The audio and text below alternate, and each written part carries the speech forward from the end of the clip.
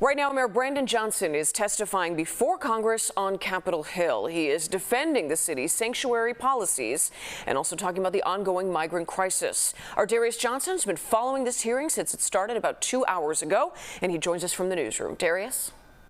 Good morning. That hearing began at 9 o'clock this morning with opening statements from the chair, a ranking member, and the four witnesses, which are mayors from Denver, New York, Boston, and our very own Mayor Brandon Johnson from Chicago. All of them are defending their sanctuary cities. Mayor Johnson has pushed back against federal immigration cuts and highlights the strain on Chicago's resources after receiving more than 51,000 migrants since August of 2022. Since then, the city has struggled to house and support those new arrivals, with temporary shelters, funding shortfalls, and tensions over how to handle the crisis. Critics argue sanctuary policies burden taxpayers and city services, while supporters say they protect immigrant families from unfair treatment and deportation. The testimony also comes as negotiations continue over state and federal funding to help Chicago manage shelters, services, and community programs for migrants. Now, this is already shaping up as a highly contentious hearing as these Democratic mayors speak before the Republican-controlled House Oversight Committee.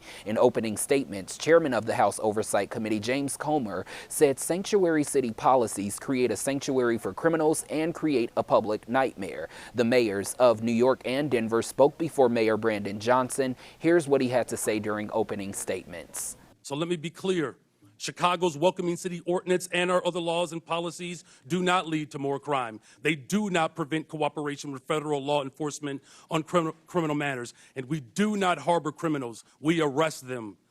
After the four mayors spoke, they are now being questioned, and we will hear from the 47 members of the committee and any additional members who joined. Today's hearing could impact how federal funds are distributed and whether sanctuary policies could face greater scrutiny in the future. Now, our political reporter, Chris Ty, is in that room right now in Washington, D.C. He will have live reporting coming up later this afternoon on what all takes place. In the newsroom, I'm Darius Johnson, CBS News Chicago. Thank you, Darius. Just a few hours ago, Illinois Congresswoman Delia Ramirez offered up her support to Mayor Johnson and the sanctuary city policies.